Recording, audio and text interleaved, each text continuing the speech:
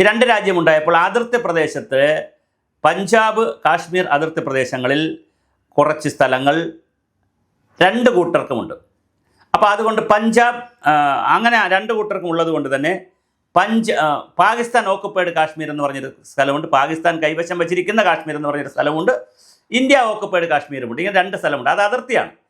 ഈ അതിർത്തിയിൽ ജെൻസി നേപ്പാളിൽ ഇറങ്ങിയതുപോലെ, ബംഗ്ലാദേശിൽ ഇറങ്ങിയതുപോലെ, അവിടുത്തെ വിപ്ലവങ്ങൾ നടത്തിയതുപോലെ ഇസ്ലാമാബാദ് പാക് അധീന കാശ്മീരിൽ POKയിൽ വളരെ വലിയ തോതിലാണ് ജെൻസി ടീം യുവാക്കൾ പുറത്തിറങ്ങിയിരിക്കുന്നത്.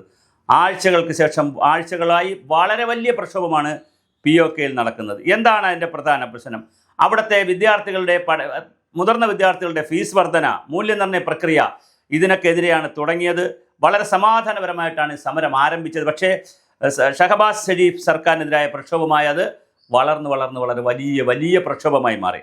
അത് ഈ മേഖലയിലെ ജെൻസി തലമുറയ്ക്കിടയിൽ വർദ്ധിച്ചു വരുന്ന അസംതൃപ്തി, മറ്റൊരുപാട് അസംതൃപ്തികളുണ്ട്. മറ്റു രണ്ട് സ്ഥലങ്ങളിലും ഒരിടത്ത് ജെൻസിക്കാർ ബഹളം ഉണ്ടാക്കിയത് സോഷ്യൽ മീഡിയ തടഞ്ഞപ്പോഴാണ്. സോഷ്യൽ മീഡിയയിൽ വലിയ നിയന്ത്രണം കൊണ്ടുവന്നപ്പോഴാണ് ജെൻസി പുറത്തിറങ്ങി ബഹളം ഉണ്ടാക്കിയത്, ഞങ്ങളുടെ സ്വാതന്ത്ര്യം എന്ന് പറഞ്ഞ്.